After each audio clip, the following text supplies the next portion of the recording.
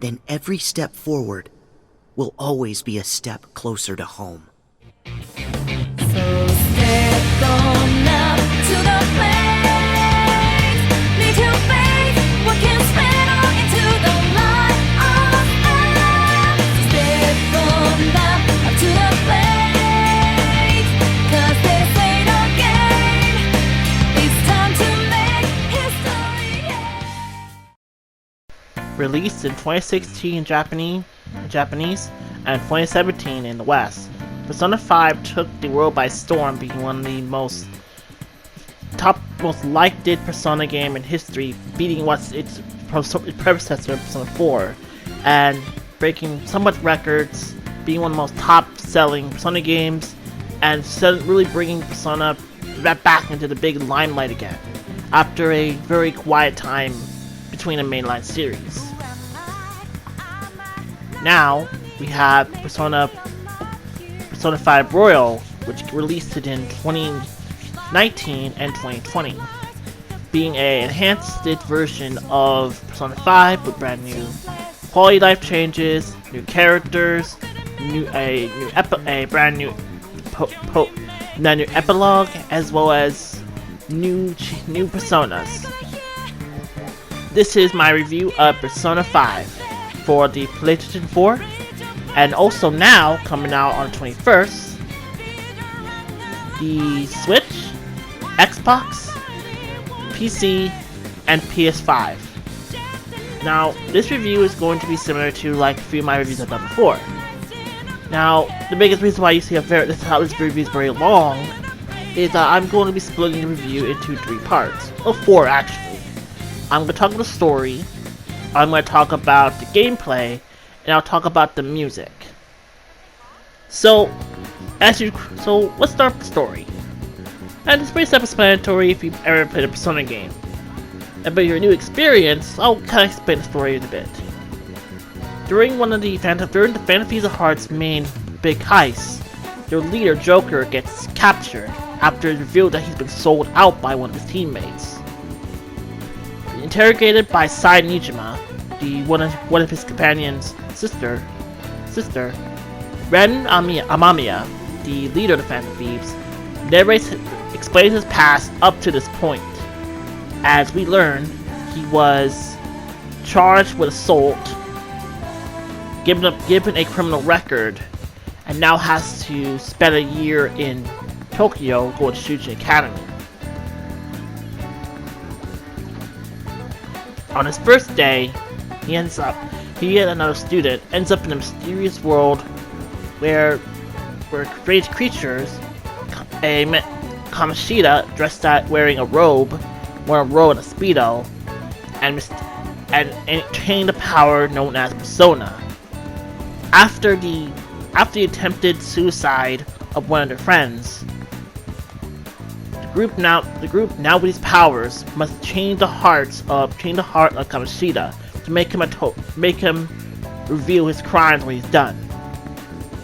Along Renamamiya, Morgana, a mysterious creature they met in the multiverse, Anda Kamiki, a quarter American, as well as the main focus of much of the Kamoshida arc, and Ryusa Kamoto, a former track star whose actions caused the track team to be disbanded, and his time as a rebellious thug.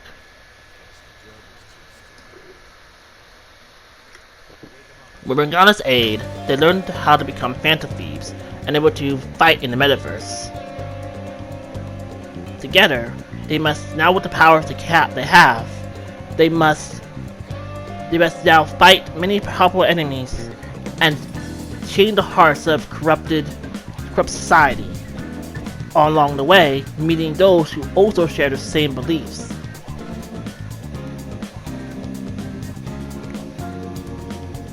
Now, this is just me displaying like the most of the story, but there's so much going on.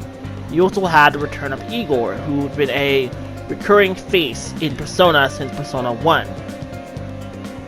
And also your attendants, Justine and Caroline, two small wardens who whose appearance not only by their covered eyes, but how they act.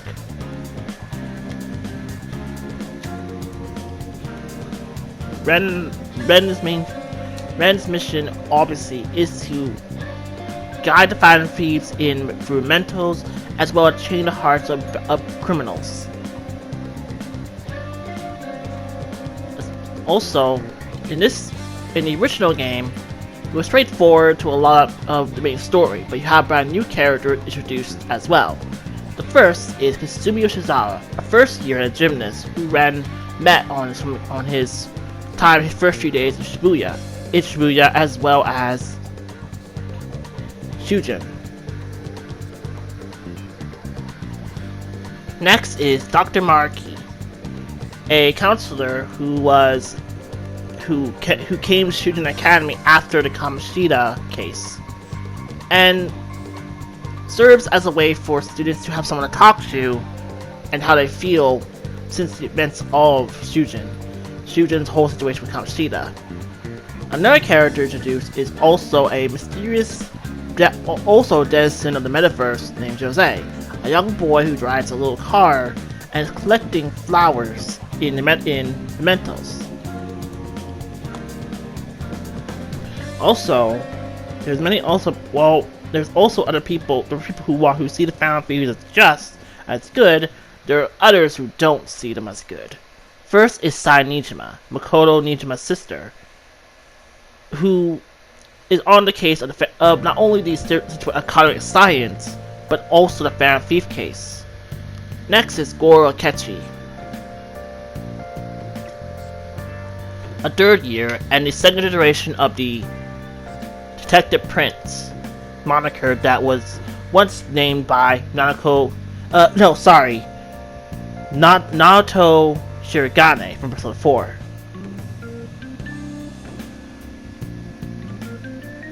The story of Persona 5 goes through a calendar year similar to Persona 3 and Persona 4, with your time between the metaverse and your life as a student. You explore Shibuya and Tokyo, meet new other people who also share their same convictions, who also help you learn new abilities along the way. In the metaverse, you have the power to use personas, and as the summon of the wild card, you're able to summon more than one persona, make you obviously a Joker in a way. You are a wild card, you're an ace, a trump card. Of course, along the way, they have also meet others who share their conviction as well, that I mentioned before. Makoto Nijima, the sister to Sai Nijima, Yokitawa Kitagawa, the former student of Madarame, Futaba Sakura, daughter of Wakawa Ishiki, and who studied cognitive science, and Haru Kumura, the only daughter of Kumura's head boss of Kumura Foods. As you go for the story, you meet them who also share your same convictions, wake their personas, and join the Phantom Thieves, all wanting to help change society for better. Even when, as you see throughout the story, slowly they go from, some of them Phantom Thieves go from they're doing it for the help the weak, have courage, to their own letting their popularity get to their heads, until it would become their downfall in later on. There's lots of stuff to talk about when it comes to story, but now, as I said, this is going to be a mid kind of spoilers. Well, I'm not going to go into end game stuff. I'm not going to talk about any palace rumors outside the two I just mentioned, which I mentioned 3 actually. But I'm going to talk a little bit about the semester without saying too much of it. After the original end of Persona 5, which would normally have Joker in a situation where he needs to help his friends, the group's new year has a lot of mysterious things going on. People who are supposed to be dead alive, things that did not make a lot of sense, as well as Morgana in a new form that should not be there. Assisted by Akechi, as well as Kasumi, Joker and his now allies must investigate a new palace and also learn the truth about Kasumi and how it will now change who she is and what's really going on. Together, the fantasies now must take back society, they must take back their reality. And there's so much I would love to say about the story, but I don't want to say too much. And this is supposed to be a big review of just saying, hey, this is the story, this is the gameplay, and this is the stuff about the music I want to talk about. But I think if I have to say something about, now I go into the gameplay, because, well, I actually did, for this review, I actually remembered, oh right, I do have some gameplay I can actually show. And I can talk about the gameplay portion a little bit now. So, Persona 5 is the evolution of the elements from Persona 3 Portable and Persona 4 Golden, improving the gameplay of those two games and adding a lot more quality life changes in Royal.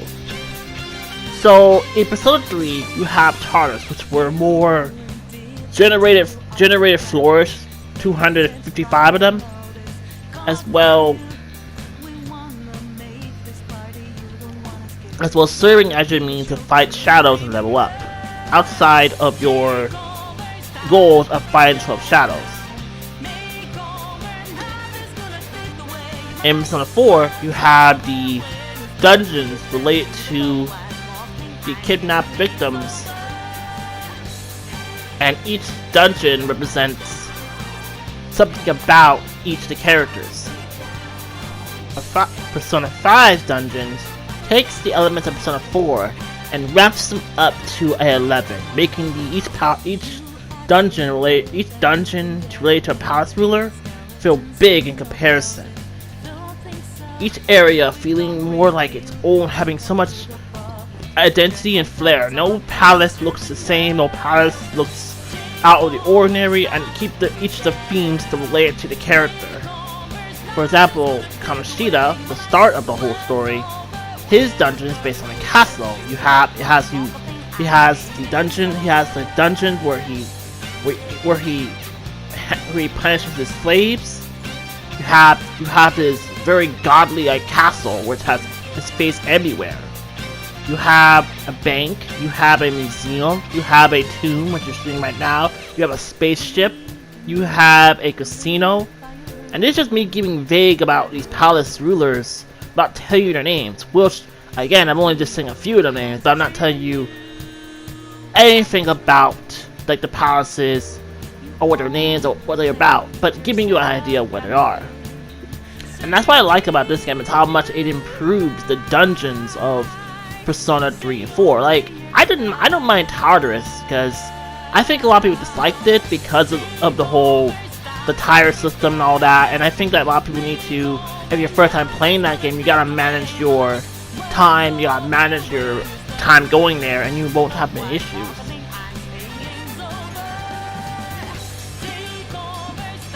With 4 dungeons, I like each of their dungeons have that aesthetic that can fit the characters and gives them an idea more about who they are. You have Kanji Dungeon, which represents a bathhouse. You have Yukio Dungeon, which represents a castle. So it's not the first time we have a castle kind of motif with Persona. You have Riseis, which is based on a strip club. And that's just the tip of the iceberg of these kind of dungeons, because they each represent a theme to a character. And that's what I like about Persona's dungeon, because they have they really have a theme that makes it special. So when you're exploring the dungeon, you of course can run shadows, and you fight the shadows and then reveal their true forms by attacking them first and ripping their masks off, revealing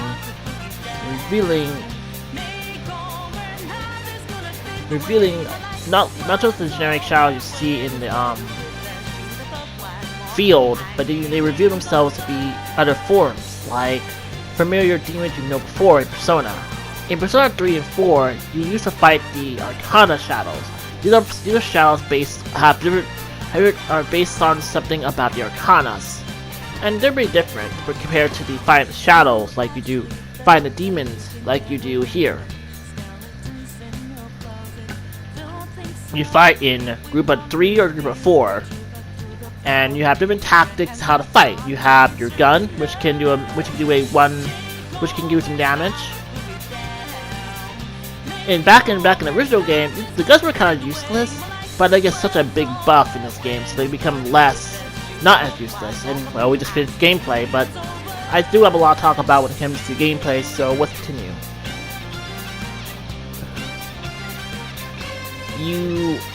If I remember correctly, oh man, I'm trying not to forget this one, but if I remember right, you also have the means to also attack with your melee weapons, and you can also use your persona to use different abilities. You can attack, you can boost your defense, you can attack an enemy with a status element, and status elements play a bigger role in this game than anything. Like, you always have the ability to use status elements to deal with your enemies, but these play a much bigger role as once you disable the status element, you can attack them with a technical point, which is pretty good. Technical attack, which is pretty good. So you really need to really put your focus of what strategy you want to go with, how to use technical and status elements, and you really do see a very big change when it comes to using personas.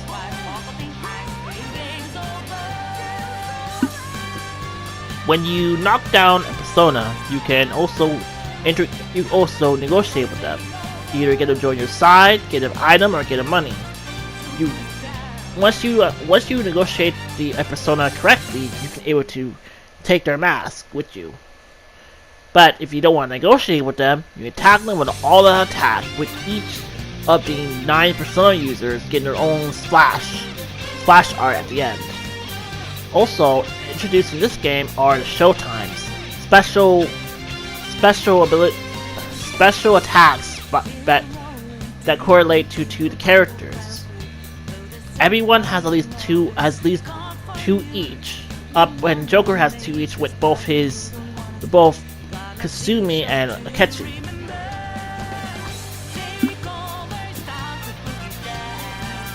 Though the way to trigger them, isn't easy, but once you find a way to trigger them the right way, they'll be very useful to deal with enemies, and they're just cool to look at. You also have the development room where you can fuse personas, you can streak from personas, you can also put personas in lockdown to streak from their stats.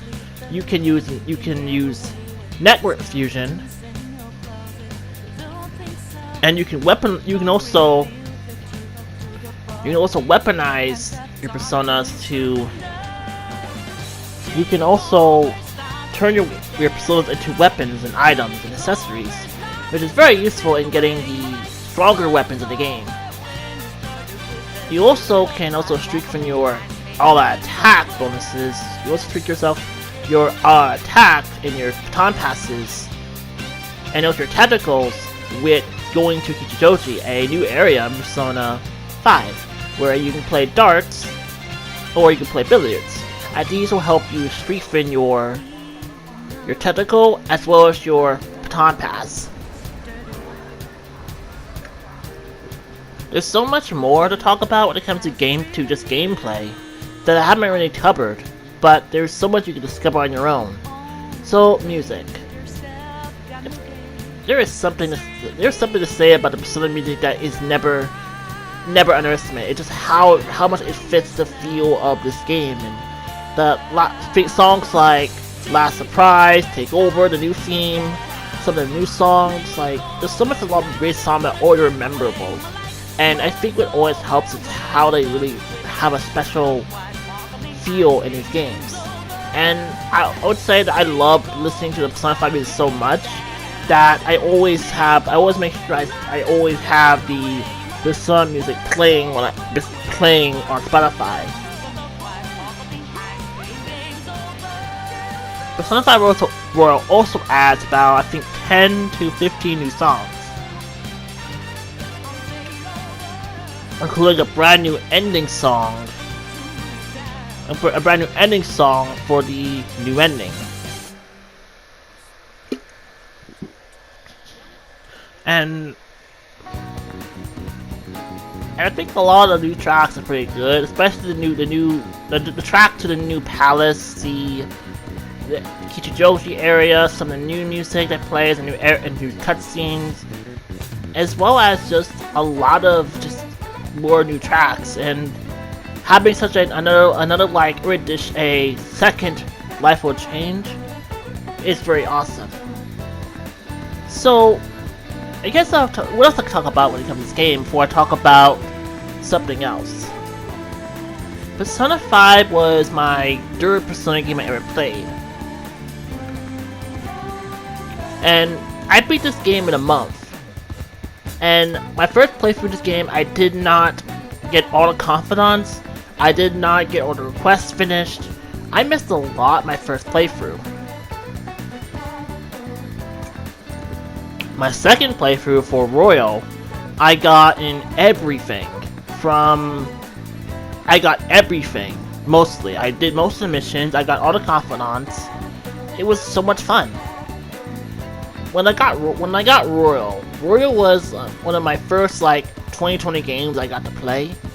So this was the game that I really wanted to get. I think I found a steelbook sometime after the release of the game, and this was a game that it took me about 2 years to finish, sadly, because I was so busy with other games. I was so busy with school, and I finished this game right before the release for the multi-consoles. And then obviously I wanted to beat this game for Switch. Persona means a lot to me because it was a series that I didn't realize I'd love. I love it for a lot of reasons. I love the characters, I love the confidants, I love the music. As someone who does a good job of understanding the characters and the story, I understand a lot of why a character does what they do. I like a lot of the theories. Sure, I don't enjoy the fandom, and I don't enjoy a lot of the discourse happening with Persona, but I enjoy the journey that I have with these characters. I love them so much. Like, there's not one character I like over another. And I'm one of the people who actually love Morgana. I think Morgana gets so much hate because of the memes, and I think a lot of times people focus on Morgana being the whole Morgana situation in Okumura and think that they were going to remove it, but not understanding his story and insecurities of the character.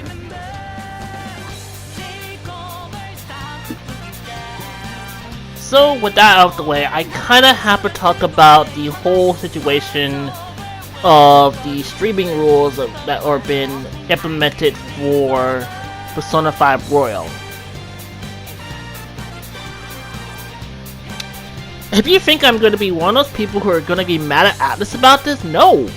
Like, I don't get why people are so mad about it. I feel like people just don't like rules, but they don't like strict rules. People don't understand that this is their game, that they really are very protecting a bit, and obviously they don't want people spoiling the game again, where people are gonna listen to the rule because they're gonna always spoil the game online.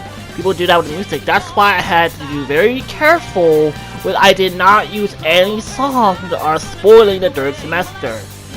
So I didn't use any songs that relate to third semester in this. And if you think that people care about the whole strict rules, you'd be surprised. Not everybody cares or makes a big fuss about it, and I think you can say that it's more to do with that people understand it and will accept it. Not everybody is playing Persona for views or trying to for content creation. Sometimes people do play stream games for fun. I don't think they're trying to punish everyone, but they do want people to understand the rules. And I think that's something I think people don't get. So I'm not on the side to hate Atlas. I want people to understand. I think people should understand these rules. And besides, all you really gotta do is not upload gameplay up to December 12th and the ending. You can just wait until the rules are over. There's the embargo on that, and then you can upload the ending and everything to your heart content, as long as you don't just upload this ending separately like a lot of people do.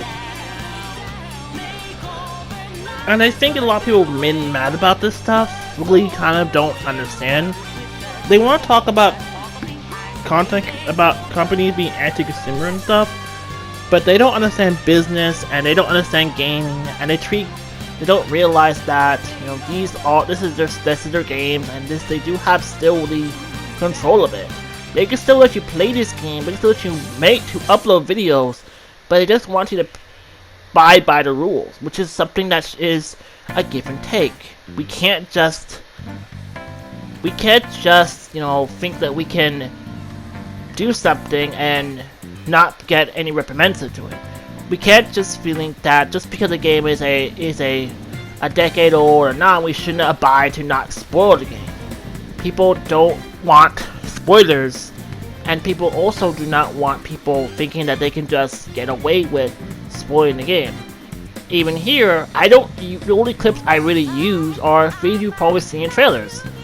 The only reason why you're not seeing anything during semester is my PS4. Anything past the December 24th, it blocks it.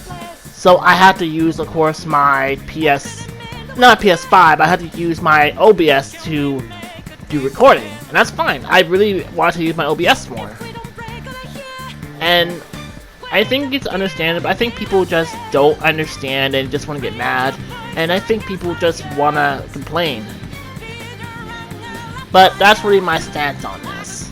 It's why that this is not a rant, this is not me mad about this, it's just me being understanding. And obviously, I want this review to be just a good review.